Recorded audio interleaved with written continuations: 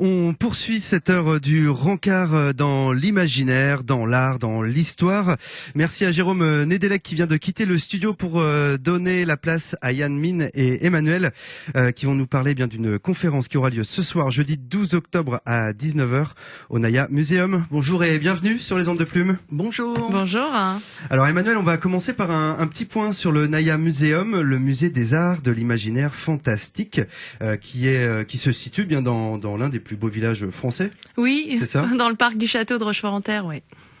Alors, est-ce qu'on peut le présenter à tous ceux qui ne le connaissent pas et parler un petit peu bien de ses objectifs?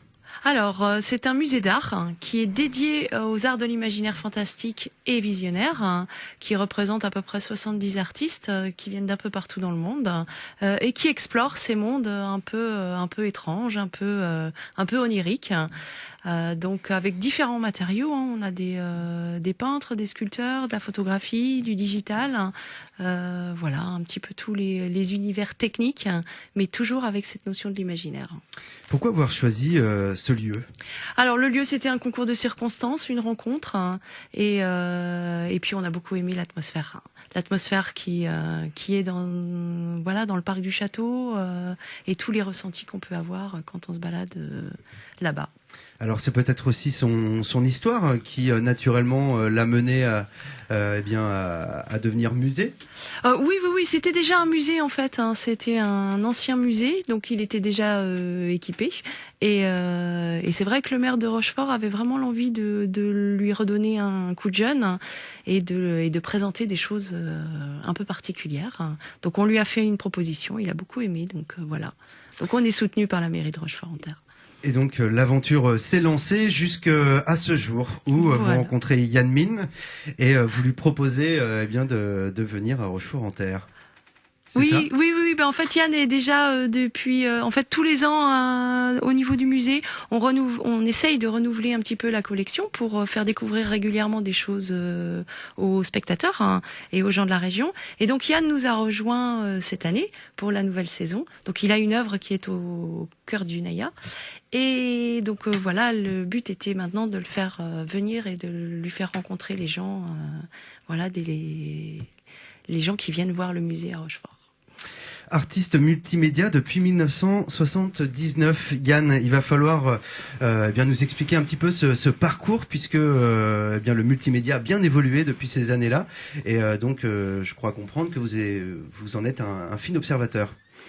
Ah oui, je fais le terme multimédia est d'ailleurs un terme un peu ancien, qui date de cette époque-là. On parlait de multimédia pour les artistes qui utilisaient plusieurs médias.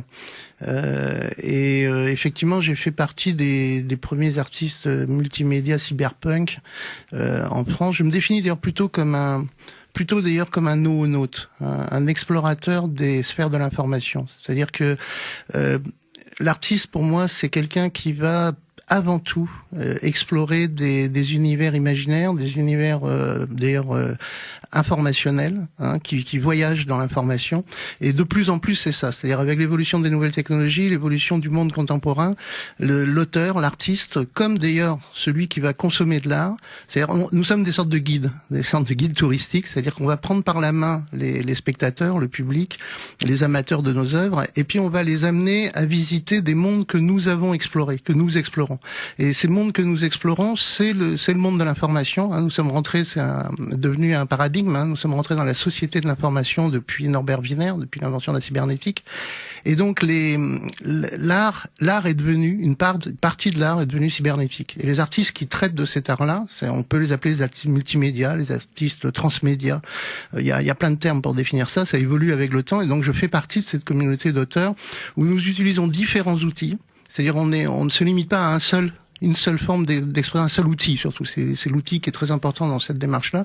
On va utiliser des outils adaptés au secteur qu'on veut vouloir explorer, au monde qu'on veut explorer. On peut aller explorer les mondes de la littérature. J'ai écrit des romans, j'explore l'univers littéraire, j'explore l'univers de la vidéo, de la création vidéo, le numérique. Maintenant, j'explore l'immersif. C'est-à-dire que je m'empare des outils qui me tombent à portée de main pour aller. Et alors, ce qui est important aussi, c'est qu'il n'y a pas d'outils complet, artistique. Ils viennent se compléter. C'est-à-dire que ce qu'on va exprimer par l'écriture sera différent de ce qu'on va exprimer par la peinture, sera différent de ce qu'on va exprimer par le multimédia, ce qui sera différent de ce qu'on va exprimer par l'immersivité. Et chaque outil va raconter quelque chose de différent, va rajouter de l'information. Et ces informations ne sont pas en concurrence, elles sont en complémentarité. C'est-à-dire la grande malédiction de l'humain, c'est que nous ne pouvons pas être télépathes. C'est-à-dire on ne peut pas se transmettre par la pensée la totalité du répertoire informationnel que nous avons dans la tête. Donc on est obligé de passer par la matière, par le réel, ne serait-ce que la matière du corps, la matière biologique, et le réel ne se laisse jamais faire. Ça, c'est la première chose qu'apprennent les artistes, c'est que entre le moment où on pense quelque chose et au moment où on va le réaliser, on doit se coltiner le réel, on doit se battre avec le réel, et à partir de ce moment-là, on va choisir des outils, on va utiliser des outils différents pour transmettre une petite part. Et alors, c'est un peu le sujet de la conférence de ce soir. Il y a un moment où on va se trahir, c'est-à-dire que l'outil n'est jamais parfait. Donc l'outil parfait, il est dans notre imaginaire, c'est le holodeck de Star Trek. Tu vois, le holodeck de Star Trek, on rentre dans une pièce et il y a une similarité parfaite entre notre perception d'un univers artificiel et le réel, à tel point qu'on fait plus la différence. C'est un très très vieux rêve de l'humanité qui nous habite. Mais ça n'existe pas. Même actuellement, les mondes immersifs, on sait tout de suite et très rapidement qu'on est dans un univers artificiel. Et du coup, c'est là que ça devient intéressant. C'est que justement, le fait que tu ne peux pas transmettre parfaitement l'information t'oblige à te battre avec le réel, et le réel va rajouter une sorte de bruit, une information mystérieuse, magique, qui vient s'ajouter à ce que tu es en train de faire. Et c'est la part métaphysique de l'art. C'est la part mystérieuse, c'est-à-dire que le réel, on ne sait pas ce que c'est. Pour l'instant, même malgré tous les niveaux de science dans lesquels on est, on s'aperçoit que le réel est d'une complexité, on recule encore la complexité avec le quantique de la compréhension de ce qu'est le réel. Et du coup, ce réel vient charger les œuvres. Et l'œuvre, du coup, devient quelque chose de beaucoup plus intéressant, parce qu'elle n'est pas parfaite. Elle n'est jamais exactement à l'image de ce qu'on aurait voulu qu'elle soit. Elle est toujours chargée de ce dialogue qu'on a établi avec la réalité. Et ce dialogue, qui peut paraître comme un défaut, est en fait un enrichissement. C'est-à-dire, il y a une part de mystère qui habite chaque œuvre. Tu vois, et en fait c'est ça qui me fascine, le fait d'être un artiste multimédia, c'est que tu t'aperçois que c'est pas propre à une forme d'expression. À chaque fois que tu t'attaques à un nouveau média, un nouvel outil, tu commences à le manipuler, tu vas rentrer dans ce que les Grecs anciens appelaient la techné, non pas la technique, mais la techné. Et là, tu vas rencontrer une nouvelle part, tu vas découvrir, alors c'est intime, c'est une relation intime que tous les artistes connaissent, c'est-à-dire qui est intransmissible, qui est ineffable, qui est de l'ordre de métaphysique. Tu vas découvrir et comprendre de façon personnelle, intuitive et, comment on va dire, intériorisée, très très forte, une part du secret et du mystère du réel. C'est la première fois que j'entends un punk parler ainsi, Yann. Alors justement, c'était au tout début de votre intervention, mais je voulais pas vous couper. J'ai pu boire aussi vos paroles. Pourquoi punk? Punk, ça, c'est quoi? On se met quand même dans une certaine catégorie. Absolument, absolument. Alors attention, il y a un historique. C'est cyberpunk. Un cyberpunk, c'est un voyou cybernétique. Alors il faut penser que le mot punk est déjà un mot très ancien qui a été évidemment popularisé par les Sex Pistols, mais c'est un terme qui veut dire voyou déjà en Angleterre. Et puis c'est d'ailleurs un voyou qui est pas très malin. C'est assez péjoratif d'être un punk en Angleterre à l'époque, au XVIIIe siècle. Et il y a le mot cyber. Et donc un cyberpunk, c'est un voyou cybernétique. Alors ce que je dis en général à la plupart des gens, c'est simple. Posez-vous la question, là, ceux qui nous entendez, combien parmi vous n'ont pas sur leur ordinateur de logiciels piratés, de musique piratée, de films piratés? Eh bien, tous ceux qui en ont sont des cyberpunks, ce sont des voyous cybernétiques. C'est-à-dire, ce qui est extraordinaire, c'est qu'on vit dans une société qui a transformé la majorité de sa population en voyous cybernétiques, puisque avoir un film piraté ou de la musique piratée sur son ordinateur, c'est une action illégale. Alors, il faut penser que dans les années 79-80, les années où je commence à rentrer dans ce domaine de création et de la cyberpunkitude, si je puis dire, nous, artistes, on ne pouvait pas faire des œuvres. Soit vous êtes nantis, c'est-à-dire vous avez beaucoup d'argent et vous pouvez vous acheter un studio de télévision ou un studio vidéo. À l'époque, on ne pouvait pas. Donc, il fallait trouver des biais pour pouvoir avoir accès en tant qu'artiste, en tant qu'auteur, pour aboutir nos œuvres, on utilisait des biais pas forcément toujours légaux. Par exemple, le plus rigolo qu'on faisait, c'est qu'on dupliquait les clés des studios télé pour lesquels on bossait occasionnellement, et la nuit, quand il n'y avait plus personne, on revenait dans les studios pour faire nos œuvres. C'est-à-dire qu'on mettait en place des stratégies relativement illégales, plutôt bon enfant, mais tout ça pourquoi ? Pour aboutir des œuvres, pour faire des œuvres d'art. Et donc les premiers cyberpunk, avant même que le terme ne soit popularisé par William Gibson en 1984 dans Neuromancer, les premiers cyberpunks, ce sont souvent des auteurs et des artistes, dont d'ailleurs beaucoup d'artistes américains du mouvement Fluxus ont d'emblée mis en place des stratégies cyberpunk bien longtemps avant la France. Est-ce qu'il faut entendre que les futurs artistes seront des codes, seront des algorithmes ? Non, les algorithmes, ce sont des outils. L'artiste contemporain utilise les algorithmes pour faire des œuvres.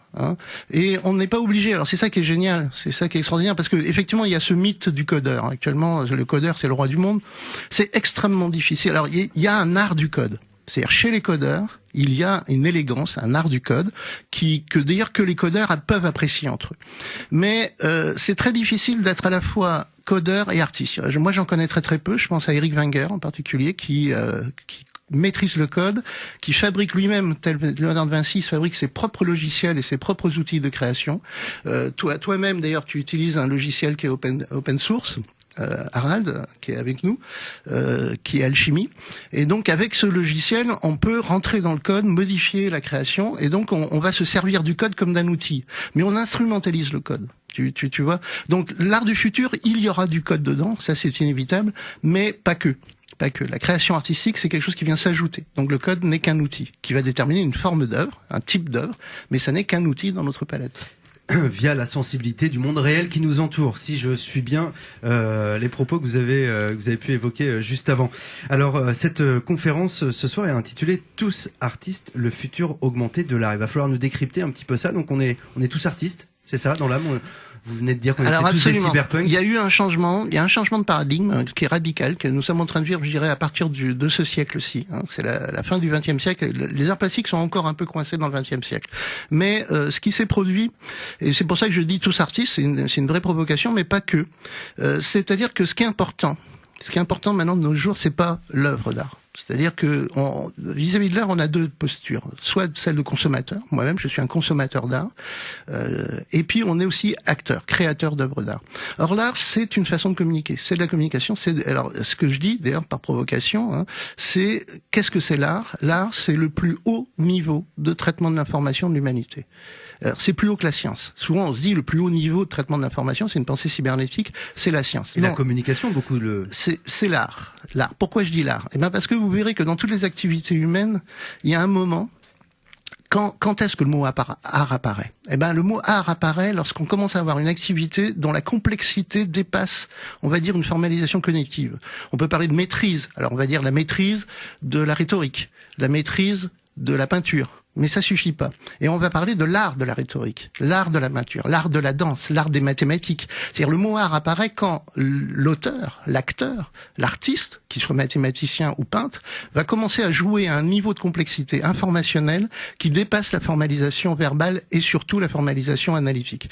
Et donc, nous rentrons dans un monde d'artistes, d'auteurs. Alors, maintenant, pour tout le monde artiste, ça veut dire quoi ? Ça veut dire que ce qui est important, en réalité, ce qu'on découvre, l'essentiel même de l'art, c'est pas de l'œuvre elle-même. Notre société marchande s'est fixée sur l'œuvre. Toute notre évolution jusqu'à maintenant, c'est l'objet qui compte et qu'on va acheter. Le plus important, c'est de faire l'œuvre, c'est de créer. Parce que là, vous avez un parcours qui est un parcours initiatique fondamental. Or, avant, le fait de créer était réservé à des élites. C'est-à-dire, vous pouviez créer en amateur, mais l'accès aux outils, aux systèmes de diffusion, et tout ce truc-là était réservé, on va dire, à des élites sociales. Ce qui se produit actuellement, c'est un phénomène que Nils Asiosmanov, qui est le directeur du Cube, qui est un grand lieu de création cyberpunk à Paris, a appelé l'empowerment créatif. Les outils de création d'art numérique se sont popularisés à une vitesse massivement. Et des millions de gens dans le monde actuellement sont en train de s'emparer des outils de création qui jusqu'alors étaient réservés à des élites sociales qui avaient accès à ces outils-là et font des films, des vidéos, des photographies, des peintures, de la musique. Et c'est extraordinaire. C'est-à-dire quand on regarde le foisonnement et le diffuse, surtout ce qui est très très important, c'est l'outil de diffusion, et le diffuse massivement sur la planète. Et donc la relation à l'art a changé. Nous ne sommes plus seulement des consommateurs d'art, nous sommes aussi des créateurs. Et nous nous construisons de plus en plus, à travers, nous découvrons la magie qui nous était réservée à nous artistes avant, hein, puisque je suis un vieil artiste, on va dire. Il se produit un phénomène de construction existentielle. Quand vous commencez à faire de l'art, vous vous construisez différemment. Vous comprenez différemment les choses, vous expérimentez votre relation au réel, et ça n'est plus réservé aux seuls artistes, aux seuls acteurs, aux seuls comédiens. C'est ouvert maintenant massivement à l'ensemble de la population. Alors comment la population peut se sentir légitime pour s'autoproclamer artiste? Eh ben justement, c'est justement une discussion que j'avais avec Marc Caro hier au festival. Oui, c'est ça qui est génial dans les festivals. On avait une discussion comme ça là. Justement, c'est ça qui est bien. Par contre, le réel et les festivals, ça a quand même cette chose, c'est que ça nous permet de nous rencontrer, de discuter pendant des heures et de refaire le monde. Et c'est une bonne question. La question de la légitimité artistique, justement, est une question qui se pose. Et en fait, moi, j'ai tendance à défendre et à dire, c'est fini. C'est fini, c'est-à-dire si tu te sens artiste, tu es artiste. C'est-à-dire que c'est plus la peine d'attendre. Et moi, je le revendique. Je dis, je suis un artiste. Je n'attends pas d'avoir la sanction sociale, la sanction du temps, la sanction des autres pour qu'ils me disent, ah oui, toi, c'est une sorte de hiérarchie. Toi, t'es un véritable artiste. Si on est tous artistes, est-ce qu'il en existe réellement, finalement Exactement. C'est mon discours. C'est que l'art, c'est une forme d'expression. C'est du traitement de l'information. Nous communiquons. Tout le monde parle. Tout le monde communique. Ça fait partie des outils d'échange de l'humanité. La verbalité, l'oralité que nous explorons là actuellement à travers la radio, qui est amplifiée, hein, qui est diffusée, est une forme d'expression qui a été prépondérante dans notre évolution. Mais avant qu'on parle, qu'on ait un langage très très évolué, je suis quasiment certain que la peinture, le dessin, le design existait, l'art existait même dès l'origine le chasseur décorait ces outils. Il y a un art de la chasse et un art aussi de la fabrication des outils de la chasse. Et nous entrons dans une civilisation où l'art redevient, ce qu'il était dès le départ, un outil de communication. Et donc, nous sommes tous artistes, nous communiquons.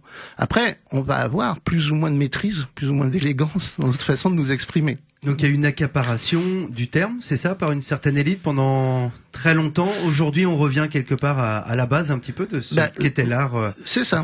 L'art, c'est le plus haut, je le répète, c'est le plus haut niveau de traitement de l'information de l'humanité. Tous artistes, le futur augmenté de l'art. Alors rapidement, juste pour présenter un petit peu votre œuvre, je sais que c'est compliqué. Rapidement, elle est complexe. En tout cas, vous proposez donc une conférence immersive en 3D temps réel. Il va falloir nous en dire un peu plus. Alors oui, ça c'est un élément important. C'est-à-dire qu'en fait, ça fait depuis 2003 que j'utilise alors vous savez, l'enseignement, c'est une question qui se pose actuellement, c'est les nouveaux outils d'enseignement pédagogique, l'e-pédagogie ou des choses comme ça. Et en fait, depuis 2003, au lieu d'utiliser PowerPoint ou des tableaux pour donner mes cours, j'ai hacké un jeu vidéo qui s'appelle Unreal Tournament et j'ai transformé les niveaux d'Unreal Tournament en un parcours pédagogique qui rejoint une très très ancienne, je l'ai fait inconsciemment, c'est un autre artiste, Juan Leparc, qui m'a dit, mais ce que tu es en train de faire là, Yann, ça s'appelle l'Ars Memorativa. Je dis, c'est quoi l'Ars Memorativa? En fait, ce sont les palais de la mémoire. Et en fait, j'ai construit des palais de la mémoire en jeu vidéo. Et ces palais de la mémoire contiennent les informations pédagogique que je veux transmettre. Et en fait, je donne des cours depuis 2003 dans les grandes écoles d'art et d'ingénieurs, un cours d'histoire de l'art et des sciences. Et au lieu d'être magistral avec un écran et PowerPoint derrière moi, je distribue aux étudiants sur clé USB un jeu virtuel, un monde virtuel que j'ai créé moi-même. Et ils se promènent avec moi, ils se baladent avec moi à l'intérieur du monde virtuel. Et le fait de se promener, c'est-à-dire d'avoir une action, d'être actif, hein, ne serait-ce que d'appuyer sur les boutons pour se déplacer dans le labyrinthe qui me sert de support pédagogique, génère un processus pédagogique très ancien, qui s'appelle donc l'Ars Memorativa, qui date des chasseurs-cueilleurs, c'est-à-dire le fait qu'il y ait une association d'idées entre un déplacement dans un espace et des informations qu'on reçoit à ce moment-là. Et le fait de se déplacer, même virtuellement, c'est ça qui est extraordinaire, c'est non seulement se déplacer à l'époque, et le maître se déplaçait physiquement avec les disciples qu'il suivait dans le jardin ou dans le château, devant les œuvres, là on se déplace dans un monde virtuel, et ça active dans l'esprit un processus qui fixe l'information. L'étudiant n'a plus après qu'à se rappeler le chemin qu'il a parcouru dans le labyrinthe, et immédiatement, les informations que j'ai transmises à ce moment-là vont ressurgir.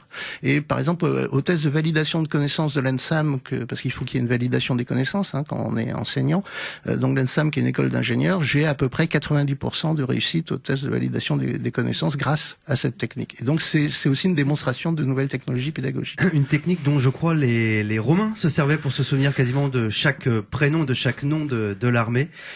C'est des techniques qui sont enseignées dans de nombreuses formations aujourd'hui, notamment pour effectivement augmenter sa mémoire, en tout cas le fait de bien retenir le moindre petit détail. Alors je sais pas si j'ai bien l'exprimé, mais en tout cas on est dans une sorte de grande bibliothèque, et ensuite chaque petit tiroir on va pouvoir aller chercher une information, mais on arrive à s'y repérer. Exactement. Donc voilà, on se réapproprie finalement aussi toutes ces techniques.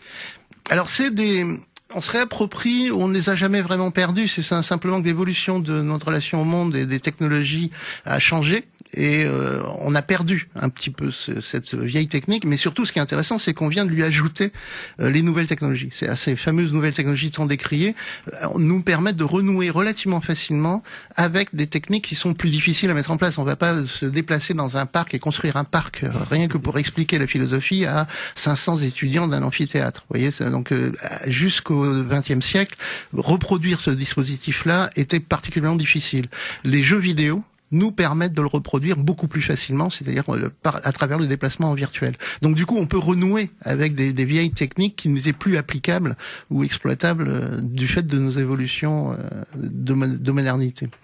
On vient de rentrer dans une nouvelle ère, et je vous propose bien de le découvrir avec Yann Min, Tous artistes, le futur augmenté de l'art. C'est ce soir au Naya Museum à Rochefort-en-Terre, ce jeudi 12 octobre. C'est à partir de 19h. Les places sont limitées, c'est 6 € sur réservation.